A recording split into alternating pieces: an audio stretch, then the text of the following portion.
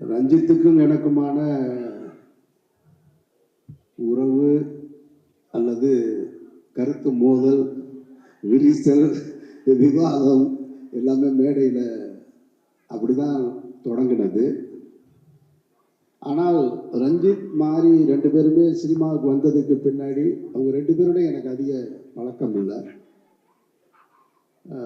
ஒரு சில இடங்களில் பார்த்தது மட்டும்தான் இருக்கு. ஆனால் அவங்க ரெண்டு பேருடைய சினிமாவுடைய வரவை ஆராதிச்சு கொண்டாடினதுல நான் ஒருத்தன். அவங்க ரெண்டு பேருடைய வெற்றி வந்து அது என்னுடைய வெற்றியாக நான் பார்த்தேன். பல இடங்கள்ல அவங்க ரெண்டு பேருக்காக நான் விவாதம் செஞ்சிருக்கேன், சண்டை போட்டிருக்கேன். அப்படி இருக்கும்போது ரஞ்சித் ஒரு முறை என்ன அவர் படத்தில் நடிக்கிறதுக்காக கேட்டிருந்தார். அவருடைய ப்ரொடக்ஷனில் ரொம்ப முக்கியமான படம், என்னுடைய அலுவலகத்துக்கு வந்து ஆனால் நீங்கள் நடிக்கணும் அப்படின்னாரு. சரி ஓகே, என்னோட அசிஸ்டன்ட் தான் கதை சொல்லுவான் அப்படின்னு. சரி கதை கேட்டேன், எப்படி இருக்குன்னாரு. என்னோட ஒப்பீனியனை சொல்லிட்டேன் நான். ஆனால் அந்த படத்தில் நடிக்கலை நான். ஆக்சுவலாக தண்டகாரண்யம் அது மிஸ் ஆயிடுச்சு. அது அவங்க பேசிட்டு போன டைமுக்கும் அந்த படம் தொடங்கினதுக்கான காலகட்டம் கொஞ்சம் தள்ளி இருந்ததுனால நான் அதுக்குள்ளே என்னுடைய இறைவன் பெரியவன் ஷூட்டிங் கிளம்பிட்டதுனால பண்ண முடியலை. ஆனால் அதே ரஞ்சித்துடைய ப்ரொடக்ஷனில் மாரி செல்வராஜ் வந்து நடிக்கணும்னு என்கிட்ட கேட்குறாரு. மாரியே நான் முதல்ல பார்த்தது வந்து ஈழப்பிரச்சனையில் நானும் மன்னன் சீமானும் கைதாகும் போது அப்போ ராமுடைய அசிஸ்டண்டாக வருவார். அப்படி பார்த்த மாரி செல்வராஜ். அந்த மாரி செல்வராஜ் அதுக்கு பின்னாடி பரியேறும் பெருமாளில் பார்க்குறேன். பரியேறும் பெருமாளுடைய அந்த முதல் படத்திலேயே தன்னை யார் அப்படின்றத ரொம்ப அழுத்தம் திருத்தமாக சொன்ன ஒரு இயக்குனர். அவருக்காக ஒரு சின்ன விழா கூட எடுத்தோம். நான், இயக்குனர் பாரதி ராஜா சார், வெற்றிமாறன் எல்லாருமே சேர்ந்து. அந்த மாதிரி செல்வராஜ் வந்து இப்போ என்னை வந்து நடிக்கணும்னு கேட்குறாரு. ரஞ்சித் அண்ணன் தான் ப்ரொடியூசரு, நீங்கள் நடிக்கிறீங்களான்னு. நான் டைரக்டராக இருந்து நடிக்க வந்தாலும் எனக்கு விருப்பமான அல்லது என் மனதுக்கு நெருக்கமான ஏதாவது இருந்தால் தான் நடிக்கிறது. நடிச்சே ஆகணும் அப்படின்ற எந்த கட்டாயத்திலையும் நான் இல்லை. அதனால் மாறி கேட்கும்போது எனக்கு அந்த நம்பிக்கை இருந்தது. ஏன்னா மாறி போன்ற ஒரு இயக்குனர்கள் தமிழ் சினிமாவுக்கு அவசியம்னு அடிக்கடி நான் சொல்லிக்கிட்டே இருக்கேன். நான் இருந்துக்கிட்டே இருக்கேன். மாரியும் சரி, ரஞ்சித்தும் சரி, 1000 எதிர்ப்புகள் வந்தாலும் உங்கள் படைப்புகளை நீங்கள் தொடர்ந்து செஞ்சுக்கிட்டே இருக்கணும். அதுக்கு என்னை போன்றவர்கள் உறுதுணையாக இருப்போம், பக்கத்திலே இருக்கும். அது எவன் வந்தாலும் பார்க்கலாம், சண்டை செய்கிறோம், அதில் ஒன்றும் மாற்று கருத்தே கிடையாது. இப்போ மாறி கேட்டு கதை சொன்னார். கதை சொன்ன உடனே அவர் ஒரு கதை சொன்னார். சொல்லிட்டு இது நீங்கள் பண்ணால் நல்லா இருக்கும் சார்னாரு. சரியாக வருமா மாறின்னு? சரியாக வரும் சார், பண்ணுங்க சார்னாரு. சரி ஓகே பண்ணலாம் மாதிரி அப்படின்ட்டு. அப்புறம் போயிட்டு திருப்பி ஒரு 2-3 வாரம் கழிச்சு வந்தார். 2-3 வாரம் கழிச்சு வந்துட்டு, சார் நான் சொன்னேன், ரஞ்சித் அண்ணன்ட்ட பேசினேன், அப்புறம் பார்த்தேன், டே அதை அப்படி இருந்தால் நல்லா இருக்குமாடா, இன்னும் கொஞ்சம் அதை மாற்றுடான்னு சொன்னார். திருப்பி வந்தார். திருப்பி வந்து எதையோ மாற்றிருக்கேன் அப்படின்னு சொன்னார். நானும் அப்போ அப்படியா சரின்னு கேட்டுக்கிட்டேன். அவர் முதல்ல என்ன சொன்னாருன்றது என் மைண்டில் இல்லை, ரெண்டாவது என்ன சொன்னாருன்றது என் மைண்டில் இல்லை. நான் நடிக்கணும்னு முடிவு எடுத்துட்டேன். வெற்றிமாறன் கேட்ட உடனே எப்படி நடிக்கணும்னு ஒத்துக்கிட்டேனோ அது போல் மாறி கேட்ட உடனே நடிக்கணும்னு நான் ஒத்துக்கிட்டேன். அவ்வளோதான், அது என் மைண்ட்லேயே இருந்துச்சு. அவர் என்ன சொல்கிறாரு சொல்லலைன்றதெல்லாம் அப்புறமா அந்த படப்பிடிப்பு தொடங்கும் போது சில பிரச்சனைகளில் அப்போ நான் இல்லை. அப்புறம் படப்பிடிப்பு ஸ்டார்ட் ஆயிடுச்சு. திரும்ப ரொம்ப நாள் கழிச்சு ஒரு தடவை ஃபோன் பண்ணுறாரு. சார் என்ன சார் போகலாமா சார் அப்படின்னு. என்ன மாதிரி விளாட்றீங்களா நீங்கள் எப்போ ஜனவரி பிப்ரவரியில் கேட்டீங்க, இப்போ திடீர்னு வந்துருக்கீங்க, நீங்கள் ஷூட்டிங் போயிட்டீங்கன்னு கேள்விப்பட்டேன். சார் இல்லை சார், அது அப்படியே தான் இருக்குது, நீங்கள் தான் வரணும், நீங்கள் தான் நடிக்கணும் அப்படின்னு. சரி மாதிரி வர்றேன் மாதிரி அப்படி தான் மாறி கூட இந்த படத்தில் நான் ஜாயின்ட் ஆகிட்டேன். இப்போ அவரும் ஒரு டைரக்டரு. அந்த படத்தோட கதை பிகினிங்லேருந்து எண்டு வரைக்கும் அவருக்கு தெரியும், சேஞ்சஸ் தெரியும், எல்லாருக்குமே அப்படி தான். அப்போ என் படத்தை கேட்டிங்கன்னா எனக்கு தெரியும். நான் அவர் சொன்ன எந்த கதையும் எனக்கு ஞாபகம் இல்லை. அந்த கேரக்டர் மற்ற விஷயங்கள் மட்டும்தான் ஞாபகம் இருக்குது. ஸ்பாட்டில் என்ன பண்ணுவாப்புலன்னா மாறி நான் அந்த கதையை முழுசாக ஞாபகம் வச்சிருக்கிற மாதிரியே நினச்சி சொல்லுவாப்புல. சார் அந்த இருக்குல்ல சார், அந்த சீன் அது இருக்குல்ல, அதுக்கடுத்து இதுவும் பாப்புல. நானும் தெரிஞ்ச மாதிரி சரி சரி சொல்லுங்க. எதுவுமே எனக்கு ஞாபகம் இல்லை. மாறி என்ன சொன்னாரோ அதை செஞ்சுருக்கேன் நான், அவ்வளோதான். இந்த படத்தில் எப்படி வட சென்னையில் அந்த ராஜன் கேரக்டருக்கான வெற்றிமாறனை சேருமோ, இந்த பாண்டியராஜனுக்கு ஏதாவது ஒன்று வந்ததுன்னா அது மாரி செல்வராஜுக்கு தான் போயிடுச்சு. அது எனக்கு அதுக்கு எந்த தொடர்பும் இல்லை. மாரியும் ரஞ்சித்தும் என் மேலே வச்சிருக்கிற அன்புக்கு நான் நன்றி ரொம்ப. ஏன்னா மாறி நான் எப்போ எமோஷனலாக ஆகிற ஆள் கிடையாது, நான் ரொம்ப ஸ்ட்ராங்கான ஒரு ஆள். மாறி அதை சொல்லும்போது அவர் எதிர்பார்த்ததை விட கூடுதல் அந்த கேரக்டர் பண்ணியிருக்கேன், நான் பண்ணியிருக்கேன்னாரு. அவர் தான் அதை வாங்கியிருக்காரு. அதனால மாரிக்கு தான் அந்த கிரெடிட் போய் சேரும். அதுக்கப்புறம் துரு, உங்களுக்கெல்லாம் இந்த துருவை எப்போ தெரியும்னு தெரியல. நான் பார்த்தது இந்த உழவுன்னு 99 பார்த்தேன் நான் வீட்டில். சினிமா எவ்வளோ விசித்திரமானது அப்படின்றத இந்த ஸ்டேஜை வச்சு என் மைண்டுக்குள்ளே ஓட்டி பார்க்குறேன் நான். அவங்க அப்பாவும் நானும் ரொம்ப நெருங்கிய நண்பர்கள். அது யாருக்குமே தெரியாது. சினிமாவில் எங்கேயுமே அதை பற்றி நாங்கள் பேசிக்கிட்டதுமே கிடையாது. அவருடைய உழைப்பு என்னன்னு பக்கத்தில் இருந்து பார்த்தவன் நான். சேது படத்தில் டே 1லேருந்து பூஜையிலேருந்து ரிலீஸ் வரைக்கும் பார்த்தவன் நான். சேது வெற்றிக்கு அப்புறமும் பக்கத்தில் இருந்து பார்த்தவன் நான். அப்போல்லாம் துருவை போய் பாருங்க, 2 வயசு இருக்குமா துருவ அப்போ 99ல் 2 வயசு இல்லைன்னா 3 வயசு. பெசன் நகர் வீட்டில் எதையாவது கேட்டால் அடம் பிடிச்சிக்கிட்டே இருப்பாப்புல. நான் தான் தூக்கிட்டு போவேன் கடைக்கு வாயாந்து. அவங்க ரொம்ப ஸ்ட்ரிக்டான அம்மா, அப்பா வந்து ரொம்ப செல்லம் அவருக்கு. அதுக்கப்புறம் துருவை எப்போ பார்த்தேன் அப்படின்னா ஒரு 10 இயர்ஸ் இருக்கும்னு நினைக்கிறேன் நான். அவங்க அப்பா விக்ரம் சார், அவங்க அம்மா, அக்கா எல்லாம் சேர்ந்து சாப்பிட போகணும், டின்னர் போகணும்னு சொல்லிட்டு நானும் என் ஒய்ஃபு என் குழந்தைங்க எல்லாரும் சொல்லி போனோம். இப்போ என் பொண்ணு கேட்குது. அங்கேயும் வந்து அதே மாதிரி தான் பண்ணிக்கிட்டு இருந்தாப்புல. டேபிள்லேருந்து அங்கேருந்து அங்கே இருக்கிற ஃபுட்டு எடுத்தாப்புல, இங்கேருந்து அங்கிட்ட அது வேணுன்ற அடுத்த பிளேட்டில் என்ன இருக்கோ அதை தான் கேட்டுட்டு இருந்தேன். அப்படி தான் துரு பார்த்தேன் நான். அதுக்கு பின்னாடி யூஎஸ் போயிட்டாரு, படிச்சுட்டு வர்றாரு. இப்போ பார்த்தா பைசனில் ஒரு நாள் பார்க்குறேன் நான். எனக்கு சேதுல விக்ரம் எப்படி பார்த்தனோ அப்படியே இருக்கு. விக்ரம் சார்ட்ட ஒரு வெறி இருக்கு. அவர் வந்து நான் சொல்றத கொச்சையா எடுத்துக்க வேணாம், நான் என் மனசுல ஃபீல் பண்ணதை சொன்னேன் நான். அந்த படம் நடந்துட்டு இருக்கும்போது அவர் ரொம்ப ஃபைட் பண்ணி தான் இந்த இண்டஸ்ட்ரிக்குள்ள வந்தாரு. நிறைய அவமானங்கள் பட்டிருக்காரு. அதை எதையுமே உங்களுக்கெல்லாம் தெரியாது, எனக்கு தெரியும். யார் அவரை அவமானப்படுத்தியது, எப்படிலாம் படுத்தினாங்க, அவங்கெல்லாம் இன்னைக்கு என்ன பொசிஷன்ல இருக்காங்கன்றதெல்லாம் எனக்கு தெரியும். அவ்வளவு சொல்லுவார் என்கிட்ட. அவரும் நானும் அதிகமாக பயணிச்சிருக்கோம். அப்போ ஷூட்டிங் ஸ்பாட்ல ஏதாவது கேட்டுட்டே இருப்பார், எனக்கு சரியா வருமா, நான் நல்லா வருவேனா, நான் நல்லா வருவேனா, நான் நல்லா வருவேனான்னு. ஏன்னா அந்த படம் எடுத்து முடிச்சதுக்கு பின்னாடி கூட ரிலீஸ் பண்ண முடியலை சேது. அப்பவும் அவர் ஃபைட் பண்ணிக்கிட்டே இருக்காரு. அந்த இடைப்பட்ட காலத்தில் கூட போய் டப்பிங் பண்ணிட்டு வர்றாரு. பிரபுதேவா சாருக்கு போய் ஒரு படத்தில் டப்பிங் பண்ணிட்டு வர்றாரு. இவ்வளோ பெரிய படம் பண்ணியிருக்கோம், ஆனால் அந்த படம் ரிலீஸ் ஆகலைன்னு அதை பற்றி கவலைப்படாமல் டப்பிங் பண்ணிட்டு வர்றாரு. ஒரு டெலிவிஷனுக்கு சீரியல் பண்ணணும்னு சொல்லிட்டு என்னைய கூப்பிட்டு உட்கார வச்சு ஒரு ஸ்கிரிப்ட் எழுதி அதை பண்ணணுமா வாங்க அப்படின்னு சொல்லிட்டு நான் அவரும் பெசன்ட் நகரில் பீச்சில் உட்காந்து எழுதிட்டு இருக்கோம். அவ்வளவு கஷ்டப்பட்டு வந்தவர். அப்போ கேட்டுகிட்டே இருப்பார். அப்போ நான் சொல்லுவேன், இங்கே பாருங்களேன், நீங்கள் வந்து ஆள் பார்க்க ரொம்ப அழகாக இருக்கீங்க, யூத்தாக இருக்கீங்க, நல்லா பெர்ஃபார்ம் பண்ணுறீங்க. இப்போது இங்கே வந்து என்னன்னு கேட்டிங்களாங்க, அந்த டைமில் அஜித் விஜய்னு 2 நடிகர் வந்துட்டாங்க. அவங்களுக்கு ஃபேன் ஃபாலோவிங் கூடிக்கிட்டே இருக்கு. நான் சொல்கிறேன், நான் கொஞ்சம் கொஞ்சமாக 2 பேருடைய படங்கள் இருக்கும். அந்த டைமில் தான் சேது அண்டர் ப்ரொடக்ஷனில் இருக்குது.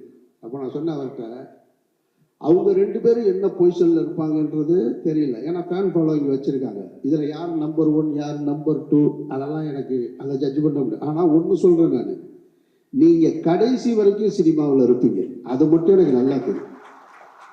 கடைசி வரைக்கும் இருப்பீங்க. நீங்கள் தான் சினிமா வேணான்னு ஒதுங்கினா தான் உண்டு தவிர சினிமா உங்களை ஒதுக்கவே முடியாது. அப்படி ஒரு ஆக்டர் நீங்கள், அதில் எந்த டவுட்டும் கிடையாது. அவ்வளவு டெடிக்கேஷன் அப்படிலாம் பார்க்கவே முடியாது. சும்மா சினிமாவில் டெடிக்கேஷன் சொல்லுவாங்க. நான் பார்த்து வியந்ததில் வந்து விக்ரம் தான். அது ரஞ்சித்துக்கு நல்லா தெரியும், அது சொல்லவே வேணாம். தங்கலானில் பார்த்துருக்கேன். கும்பகோணத்திலிருந்து திருவிடைமருதூரில் ஷூட்டிங் நடக்கும். உடம்பு குறைக்கணும், அந்த பாண்டிமடம் போர்ஷன் பண்ணணுங்கும் போது காலையில் எந்திரிச்சு நடந்து வருவார். ஒரு ஹீரோ அந்த படத்தில் நடிக்கிறதுக்காக லொக்கேஷனுக்கு நடந்தே வருவார். அது ஒரு 15 கிலோமீட்டர் இருக்கும். காலையில் நட, திருப்பி வரும்போது நட, 15 கிலோமீட்டர். அப்படியே இப்படி ஆயிட்டாப்புல பாண்டிமடம் போர்ஷன். கிட்டத்தட்ட அவருக்கு ஒரு வெறி இருந்தது, ஏன்னா நாம ஜெயிக்கணும்னு.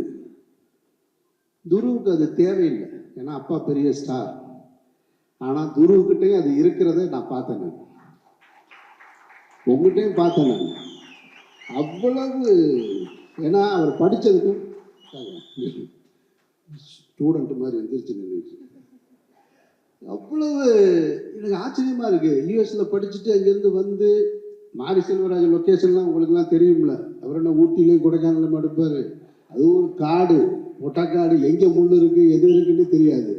அதில் கொண்டு வந்துட்டு அதை கொடுக்குற காஸ்டியூம் இருக்குல்ல, அந்த கைலியை பார்த்தா எப்படா கிளியிருன்ற மாதிரியே இருக்கும். அதை கொண்டு வந்து அந்த லொக்கேஷன்லேயே கொண்டு வந்து அப்படியே நின்று மாற்றிட்டு, அந்த சகதிக்குள்ளேயும் மண்ணுக்குள்ளேயும் அந்த அது என்னது எரிக்கிற இடம் மயானக்கரையில் எனக்கும் அவருக்கும் எந்த காம்பினேஷனும் கிடையாது படத்தில். நான் ஒரு சின்ன கேரக்டர் தான் பண்ணியிருக்கேன். நான் நின்று பார்த்துட்டு இருக்கேன். நான் அப்போ பார்க்க எனக்கு வாய்ப்பு கிடைச்சது. அப்போ எனக்கு தெரிஞ்சது, நான் துருவோட முதல் 2 படமும் பார்த்துருக்கேன். துரு எப்படி வந்து விக்ரம் சார் பிதாமகன்ல கிடைச்சது, துருவுக்கு இந்த படத்திலே கிடைச்சிருச்சுன்னு நான் நினைக்கிறேன். நான் அப்படிதான் நான் ஃபீல் பண்ணுறேன். எனக்கு ஆச்சரியம், என்னடா நம்ம தூக்கிட்டு கடைக்கு தூக்கிட்டு போன பிள்ளையோட நடிச்சிட்டு இருக்கோம். பரவாயில்ல, சினிமா புதுசாக நிறைய சொல்லி தருதுன்னு. வாழ்த்துக்கள் துரு, வாழ்த்துக்கள்.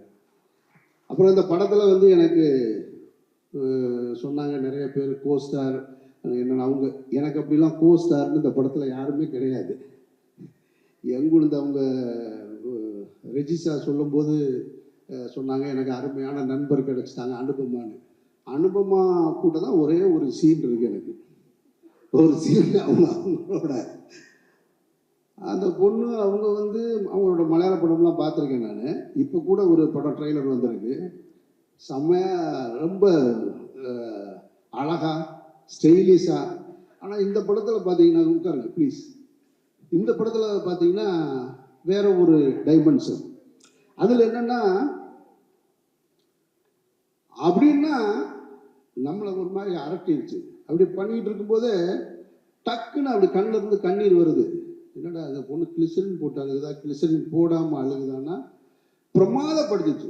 நான் ஒரு டைலாக் பேசணும், என் டைலாக் முடிஞ்சதுக்கப்புறம் அவங்க இது பண்ணணும். டைலாக்கே இல்லை, அந்த பர்ஃபார்மன்ஸ்லேயே ரியாக்ஷன், அதுக்கான பதிலை சொல்லி முடிச்சுட்டாங்க. ரொம்ப நான் ரசித்தேன், உண்மையிலேயே அன்னைக்கு நான் ரசித்து பார்த்தேன். வாழ்த்துக்கள். அதெல்லாம் அவ்வளவு இது. ஆனால் இவங்களெல்லாம் ஷூட்டிங் ஸ்பாட்டில் பார்க்குற வாய்ப்பு மட்டும் எனக்கு கிடைச்சது, காம்பினேஷன் கிடையாது. ஷூட்டிங் ஸ்பாட்டில் பார்த்தேன், ரெஜிசா பார்த்தேன், பசுபதி சார் பார்த்தேன். பசுபதி சாருக்கு எனக்கும் ஒரு உறவு இருக்குது, அது அவருக்கும் தெரியாது, நானும் சொன்னதில்லை. அது என்ன உறவுன்னா, பருத்தி வீரன் படத்தை நான் பொதுவாக என்னுடைய திரைப்படங்களுக்கான கதையை எழுதும்போது இதில் யார் நடிக்கிறா அப்படின்லாம் எழுதுகிற பழக்கம் இல்லை. அது ஒரு கேரக்டர் அப்படிதான். ஆனால் சித்தப்பு கேரக்டரை எழுதும் பொழுது சித்தப்புவை மட்டும், ஹீரோ யாருன்னு நான் முடிவு பண்ணல. சித்தப்பு கேரக்டரை எழுதும்போது மட்டும் இது பசுபதின்னு சொல்லிக்கிட்டே இருந்தேன் மைண்டில். அப்படி எழுதின கேரக்டர் தான் சித்தப்பு கேரக்டர். அந்த டைமில் அவரை என்னால் ரீச் பண்ண முடியலை. அப்புறம் தான் அதை வந்து சரவணன் சாரை வச்சு நான் எடுத்தேன். நான் லால் சாருடைய படங்களுக்கு நான் ரசிகன். நான் உங்கள் ரசிகன் சார், உங்களுக்கு தெரியாது. அது உங்களுடைய திரைப்படங்களுக்கு ரசிகன், உங்களுடைய நடிப்புக்கு ரசிகன். நான் உங்களுக்கும் எனக்கும் காம்பினேஷன் சீன் இல்லை, அதனால் உங்களையும் எனக்கு பார்க்கறதுக்கான வாய்ப்பு கிடைக்கல. ஆமாம், எனக்கு என்னென்னா, இப்போ என்னோட கோ ஆர்டிஸ்ட்லாம் யாரும் தெரியுங்களா? அவங்கெல்லாம் மேடையில் கூப்பிடல, பூரா அந்த 5 கொலை பண்ணவங்க, 4 கொலை பண்ணவங்க, இவங்க தான் என் கோ ஆர்டிஸ்ட்டு.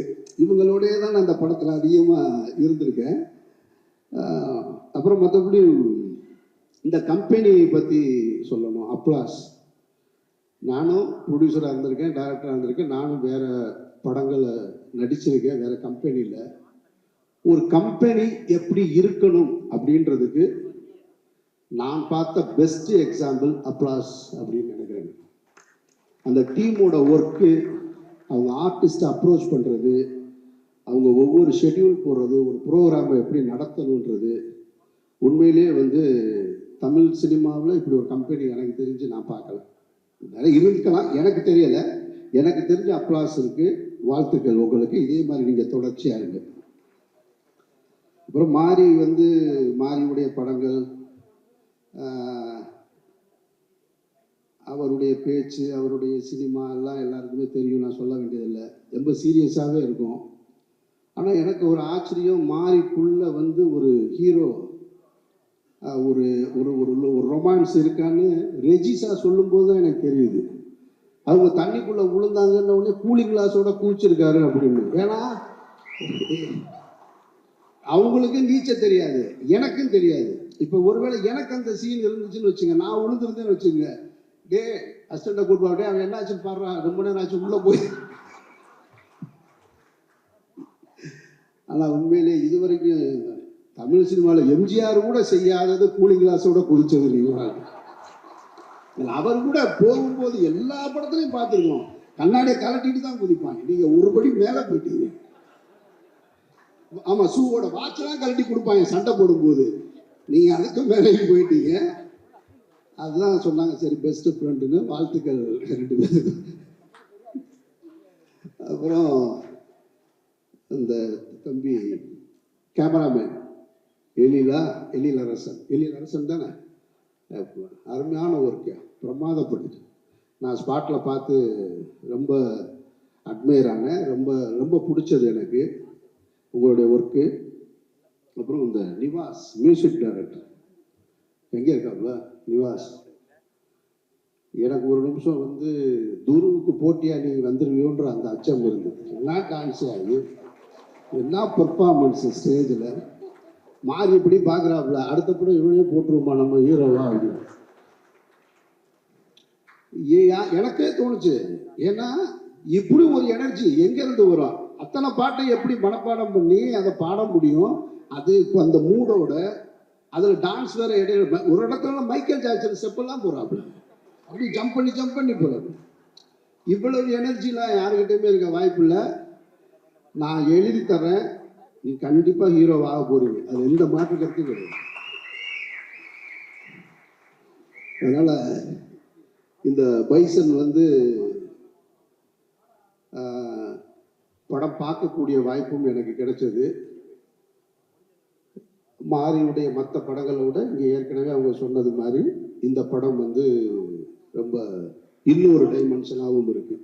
கிராமங்கள்லேயே அந்த கேமராவை வச்சு அந்த கிராமத்து மனிதர்களை வச்சு எடுத்துக்கிட்டு இருந்த மாதிரி ஒரு ஸ்டெப்பு மேலே போய் இன்னொரு டைமென்ஷன் இருக்குது.